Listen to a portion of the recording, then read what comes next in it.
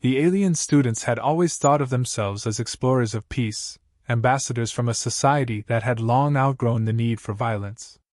Their homeworld, serene and ordered, had purged war from its history generations ago. For them, combat was a theory, an academic exercise studied in sterile environments where no one ever came to harm. They were accustomed to simulations, safe, controlled, predictable. That's why the idea of visiting Earth, home of the infamous Deathworlders, filled them with a strange mix of fascination and apprehension.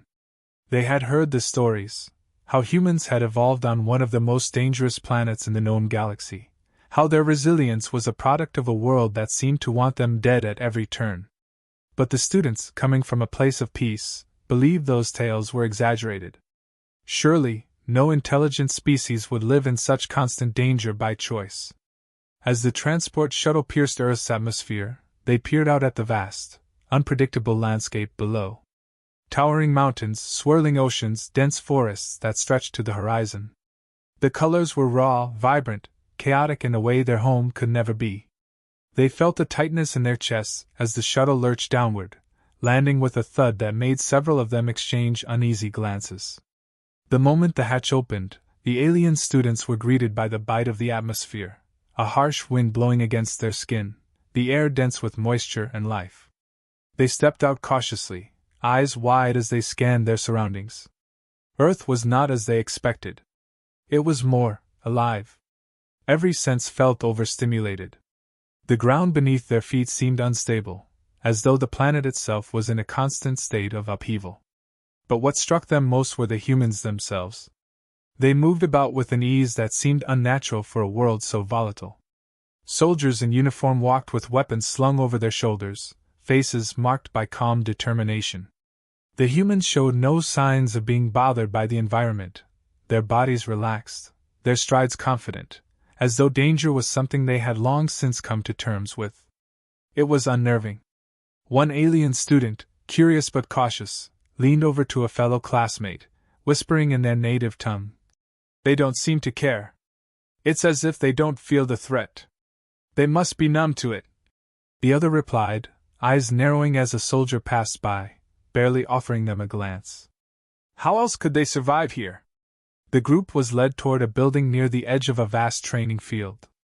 Their guide, a human soldier with a weathered face, introduced himself with a polite but firm tone. His voice carried the authority of someone who had seen much more than he let on.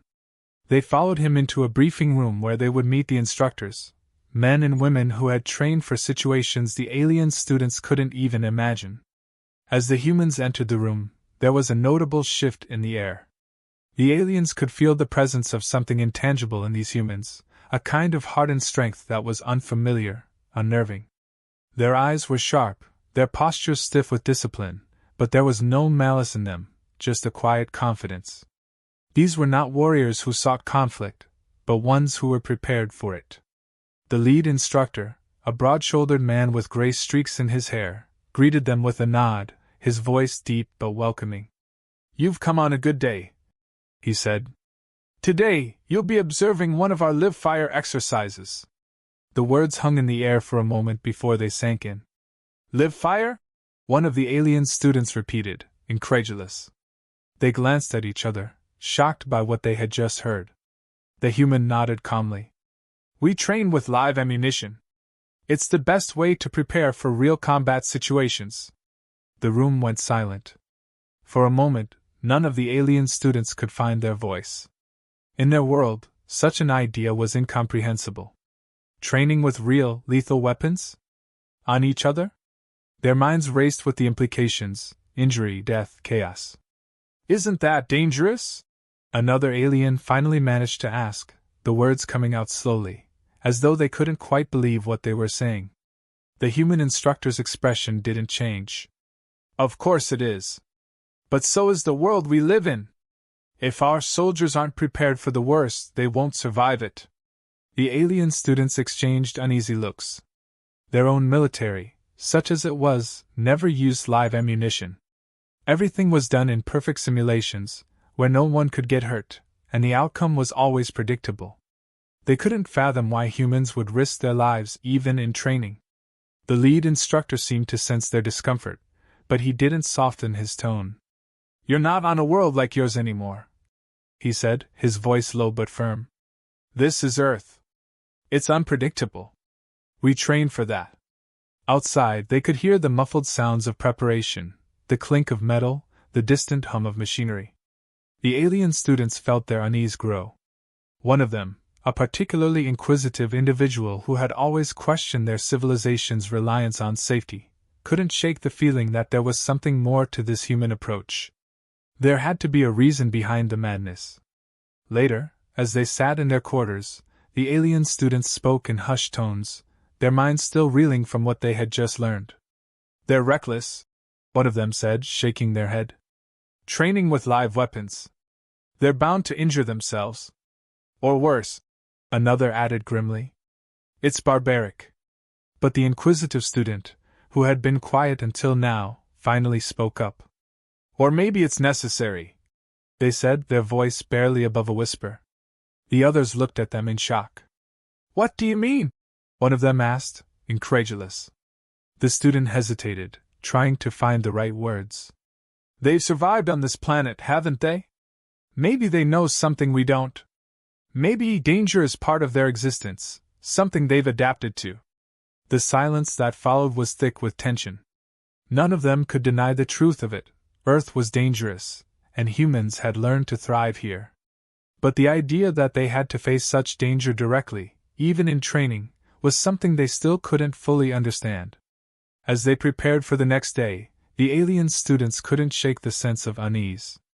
Tomorrow, they would witness this live-fire exercise for themselves.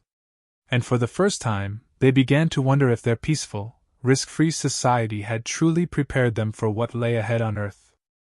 The observation platform provided a clear view of the training grounds below. The alien students stood in a tight cluster, silent and uneasy. Their eyes tracked the human soldiers as they moved with precision, loading weapons, setting up tactical gear, their faces focused and serious. The crack of a gunshot suddenly pierced the air, causing a few of the aliens to flinch. One of the students whispered to another, "They're really doing it, with live ammunition." As the exercise began in earnest, the humans sprang into action. Explosions rattled the ground, gunfire erupted in sharp bursts, and smoke billowed across the field. The chaos was unlike anything the alien students had ever witnessed. Their own training back home was calm, clinical. The sight of real bullets whizzing through the air, explosions erupting just feet from the soldiers, was overwhelming. They could see the strain in the humans' faces, the sweat dripping from their brows as they moved through the exercise with the ease of people who had done this 1,000 times before. But for the aliens, it was madness. The raw violence, the unpredictability, it was horrifying. A few of the students turned away, unable to watch. "How can they allow this?" one of them muttered. "This is reckless. It's barbaric." Another student nodded in agreement. "We should report this. They're endangering lives for no reason. It's completely unnecessary." Their society had long since moved past the need for such dangerous practices. Everything could be simulated, every scenario played out in the safety of virtual environments. The idea of risking real lives in training was unthinkable. One alien, however, couldn't look away. The intensity of the exercise, the way the humans moved despite the danger, it fascinated them. There was something about the chaos that felt real. Unlike their own simulations, where nothing was truly at stake, this was life or death. And the humans seemed to embrace it. The students' eyes followed one soldier in particular, watching as he maneuvered through the mock battlefield, narrowly avoiding a detonation that left the ground smoldering behind him. The sound of a soldier crying out in pain snapped the group's attention back to the exercise. One of the human trainees had been hit, not badly, but enough to warrant immediate medical attention. Blood seeped through his uniform as he was quickly pulled to safety. The aliens gasped collectively, certain the exercise would be halted now. But it wasn't. The humans continued unfazed, pressing on with their training as medics tended to the injured soldier. The alien students exchanged horrified glances. One of them spoke up, their voice tight with disbelief. "They're not stopping?" Someone was just injured, and they're continuing? It's insane, another student replied, shaking their head. They're risking their lives for what? To prove they can endure this? It's completely illogical. But the curious alien, still watching intently, saw something different. Yes, there had been a near disaster. Yes, it seemed reckless. But the humans had handled it. The way they had quickly adapted, the precision with which they continued despite the injury, it wasn't mindless violence. There was a method to it, a kind of discipline that their own simulations lacked. It was as though the humans needed this unpredictability, this danger, to truly prepare themselves. After the exercise, the human officers gathered the alien students for a debrief. The lead officer, calm and unbothered by the chaos they had just witnessed, began explaining the purpose of the live-fire drills. Combat is unpredictable, he said. No simulation can replicate the real thing. You need to feel the danger, understand what it's like to make decisions under fire. That's why we use live ammunition. It's the only way to prepare for the real world. The aliens listened, but they struggled to understand. One of them spoke up, clearly shaken by what they had seen. But people could die. Isn't it too dangerous? Why not simulate it like we do? It's just as effective, and no one gets hurt. The human officer's expression didn't change. It's not the same. Simulations are controlled. They don't teach you how to react when things go wrong, when the unexpected happens. That's what combat is. It's messy, it's dangerous. If our soldiers aren't prepared for that, they won't survive when it's real. The alien students fell silent, grappling with the officer's words. For them, safety had always been the priority. Risk was minimized at all costs. But here, on Earth, it was different. The humans seemed to embrace the risk, not because they were reckless, but because they understood it was necessary. It was a concept foreign to their peaceful, risk-averse minds. As the debrief continued, the curious alien found themselves more and more intrigued. They had always believed in their society's approach, that simulations were enough, that real danger was something to be avoided. But now, after witnessing the humans in action, they weren't so sure. There was a strength in the humans, a kind of resilience that came from facing real danger. It wasn't something a simulation could teach. The other aliens remained uncomfortable, murmuring amongst themselves about the recklessness of it all, but the curious students stayed quiet, their mind racing. They had come to Earth believing they had nothing to learn from these Deathworlders, but now they weren't so certain. There was something here, something they didn't yet understand. Something they needed to learn. As they left the observation platform, the alien students were quiet, their minds still reeling from the experience.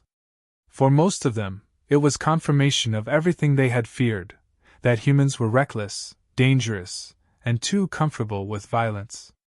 But for one, it was something else entirely. It was a glimpse into a different way of thinking, a way that, perhaps, wasn't as barbaric as it had first seemed. The debate had been brewing since the moment the alien students witnessed the live-fire exercise. It wasn't long before words turned into heated arguments, both sides eager to defend their perspective. The alien students gathered in a briefing room with their human instructors, the tension in the air thick. The humans stood at one end, relaxed but resolute, while the alien students, disturbed, unsettled, were clustered together, united in their discomfort. Your methods are reckless, one of the alien students began, their voice trembling with frustration. There's no need to train with real weapons. You're putting lives at risk for no reason. Our society has long since moved past such primitive ways. A murmur of agreement rippled through the alien group. They came from a world where combat was a thing of the past, where conflict was resolved through diplomacy and reason. They believed in safety above all, in the idea that no life should be put in unnecessary danger. Their training simulations, precise and safe, were proof that there were better, more civilized ways to prepare for any threat. The lead human instructor met their gaze, calm but unyielding. I understand that your world operates differently, he began, his voice steady. But you have to realize, Earth is not your world. Here, we don't have the luxury of relying on simulations. We prepare for what's real. And that justifies risking lives in training? Another alien retorted, their tone sharp with disbelief. We've advanced far beyond such methods. You're clinging to outdated, dangerous practices. One of the human soldiers, younger and less restrained, interjected with a scoff. You think it's outdated because you've never faced real danger. You live in a bubble, safe and controlled. Out here, the world doesn't care about your simulations. Things go wrong. Real lives are at stake.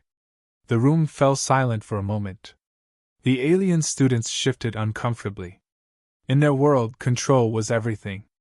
It was how they had eliminated risk, how they had moved beyond violence. To them, the idea that a society as advanced as humanity still needed to rely on live ammunition training was absurd, even horrifying. The alien protagonists listened closely, their mind churning.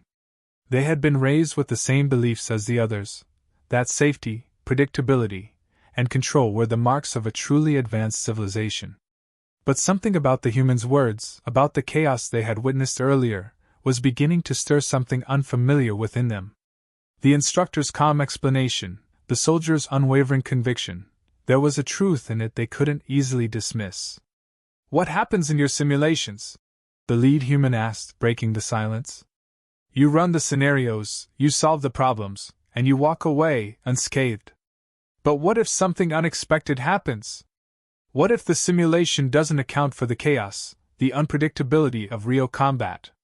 The aliens looked at one another, unsure of how to respond. The truth was, their simulations did account for most variables, but it was always under controlled conditions. There was no real fear, no real stakes.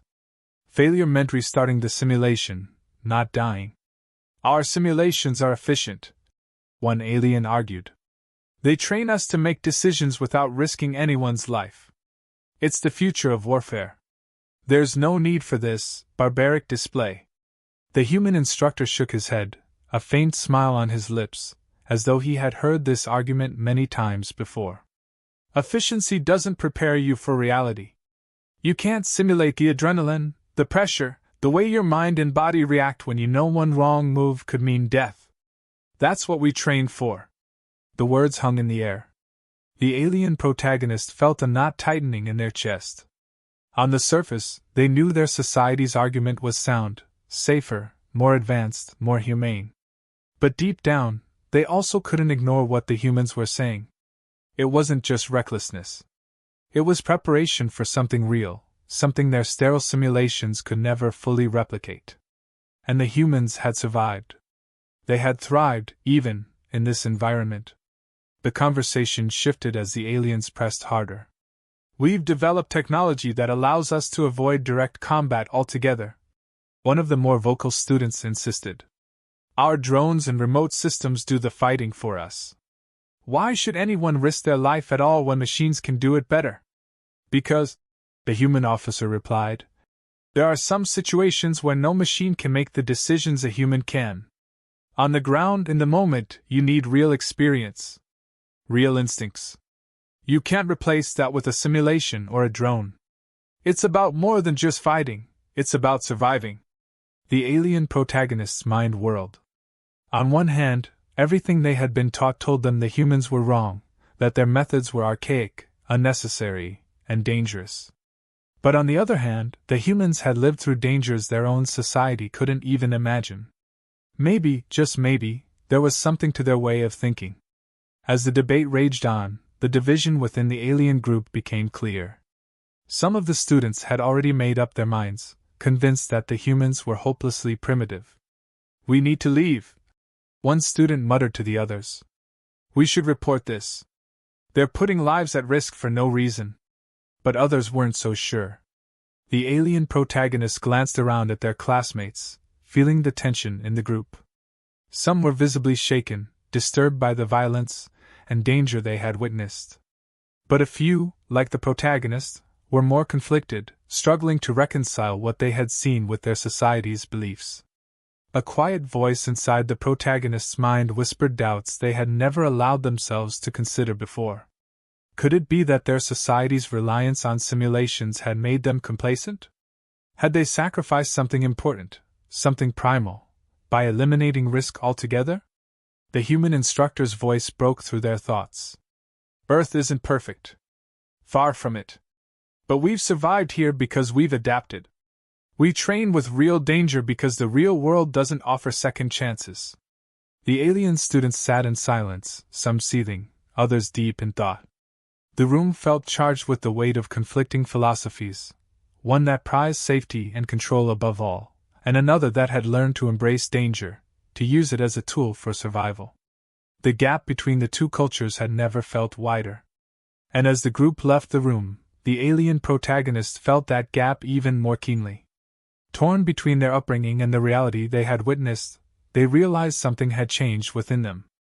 The certainty they once had in their society's methods was fading, replaced by a growing curiosity, a need to understand why the humans believed so strongly in their way of life. For the first time, they wondered if there was more to this world, and to these Deathworlders, than they had ever imagined. The debate was reaching a fever pitch when the room was suddenly rocked by the sharp sound of alarms. The human instructors immediately straightened, their eyes snapping toward the nearest console. Lights flickered, and a voice crackled over the intercom, tense and urgent. Warning! Unauthorized weapon activation detected in Training Zone 3. All personnel, initiate emergency protocols. The alien students froze, their faces a mixture of confusion and fear. They exchanged wide-eyed looks, unsure of what to do or where to go. The sound of distant gunfire echoed through the facility, but it wasn't the controlled bursts of training. It was wild, erratic, dangerous. One of the human soldiers closest to the group raised a hand. Stay calm. Follow us. Now. The humans moved with precision, their training kicking in without hesitation.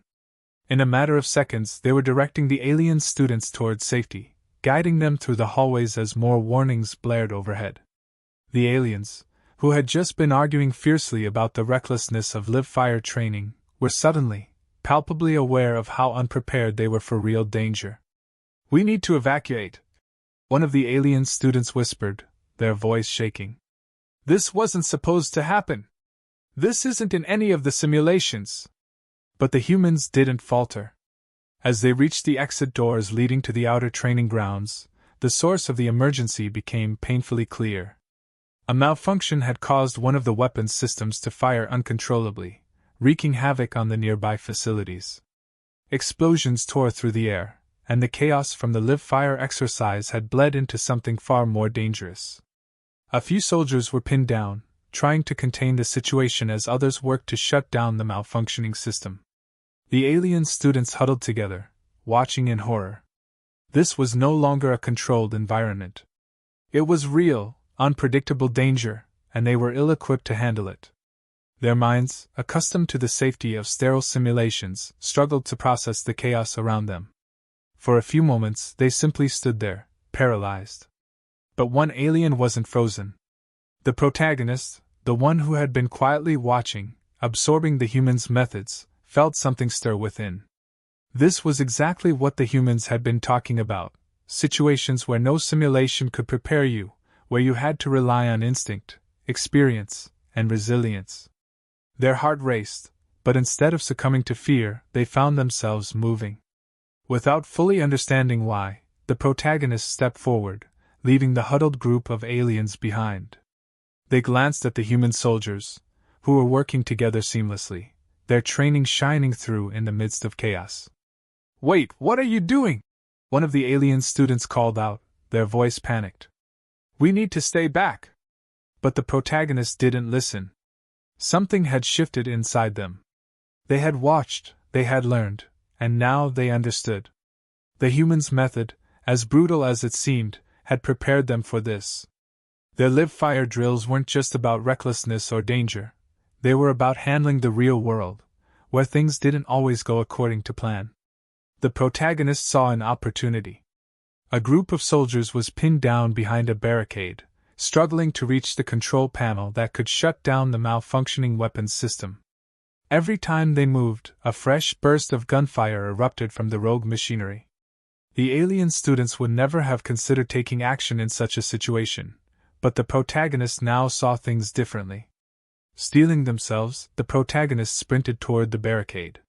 One of the human soldiers looked up, surprise flickering in their eyes as they saw the alien student approach. "What are you doing? Get down! I can help!" The protagonists shouted over the din of chaos, their heart pounding in their chest. "I saw how your system works during the exercise. I know where the control override is."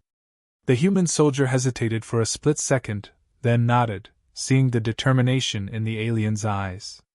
"All right, stay low and follow my lead." Together, the protagonist and the soldier moved through the chaos, dodging stray fire and explosions. Every instinct in the alien's mind screamed to retreat, to return to the safety of their fellow students. But they pushed through it, remembering what the humans had said about handling unpredictability.